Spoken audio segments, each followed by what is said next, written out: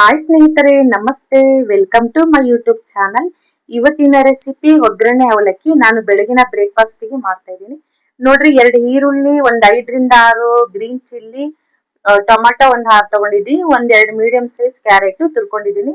ಇಲ್ಲಿ ಅರ್ಧ ಸ್ಪೂನು ಸಾಸಿವೆ ಜೀರಿಗೆ ತಗೊಂಡಿನಿ. 1 ಸ್ಪೂನು ಶೇಂಗಾ, 1 ಸ್ಪೂನ್ ಉದ್ದಿನ ಬೇಳೆ, 1 ಸ್ಪೂನ್ ಕಡಲೆ ಬೇಳೆ ತಗೊಂಡಿನಿ.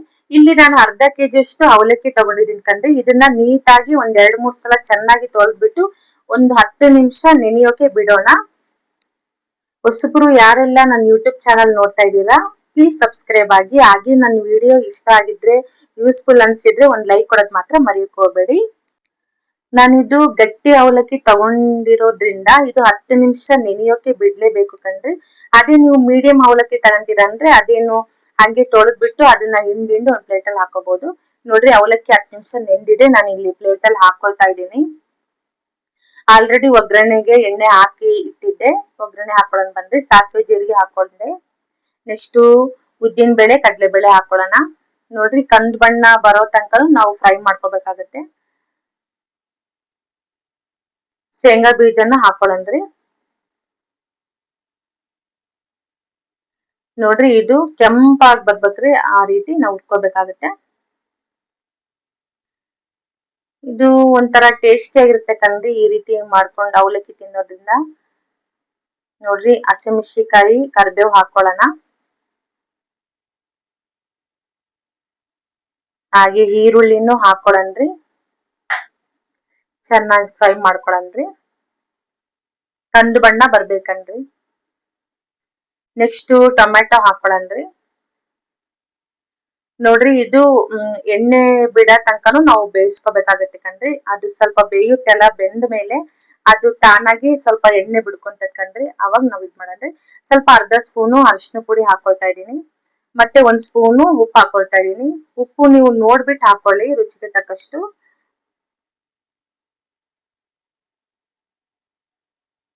ನೀಟಾಗಿ ಫ್ರೈ ಮಾಡ್ಕೊಳನ್ರಿ. ಒಂದು 10 ನಿಮಿಷನಾದ್ರೂ ಬೇಯಿಸ್ಕೋಬೇಕನ್ರಿ ಒಗ್ಗರಣೆ. ಅದು ಎಣ್ಣೆ ಎಲ್ಲ ಬಿಟ್ಕೋಬೇಕಲ್ಲ.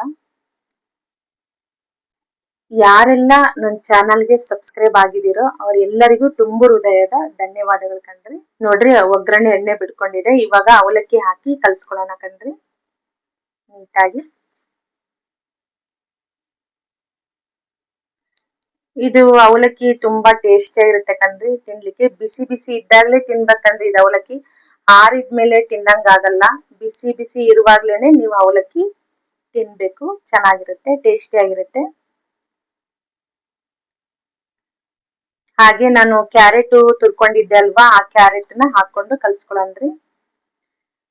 2 ಮೀಡಿಯಂ ಸೈಜ್ ನಾನು ಇಲ್ಲಿ ಕ್ಯಾರೆಟ್ ತುರ್ಕೊಂಡಿದ್ದೆ ಕಣ್ರಿ. ಕ್ಯಾರೆಟ್ ತುಂಬಾನೇ ಒಳ್ಳೇದು ಕಣ್ಣಿಗೆ. ಮಕ್ಕಳು ತಿನ್ನಲ್ಲಲ್ರಿ ತರಕಾರಿ. ಈ ರೀತಿ ತುರ್ದ್ಬಿಟ್ಟು ತಿಂಡಿಗೆ ಹಾಕ್ಬೋದ್ ಕಣ್ರಿ.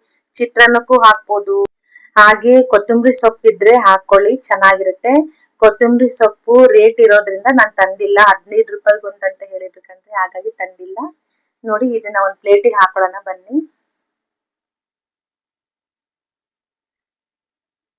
ತುಂಬಾನೇ ಚೆನ್ನಾಗಿರುತ್ತೆ ಕಣ್ರಿ. ಹಾಗೆ ಒಂದು ಅರ್ಧ ಒಳಕೆ ನಿಂಬೆ ನಿಂತ್ಕೊಂಡು ತಿನ್ಬೇಕು, ಇನ್ನು ಟೇಸ್ಟಿ ಆಗಿರುತ್ತೆ. ಹೀಗೆ ನನ್ನ ವಿಡಿಯೋ ನೋಡ್ತಾ ಇರಿ. Thanks for video watching. Bye.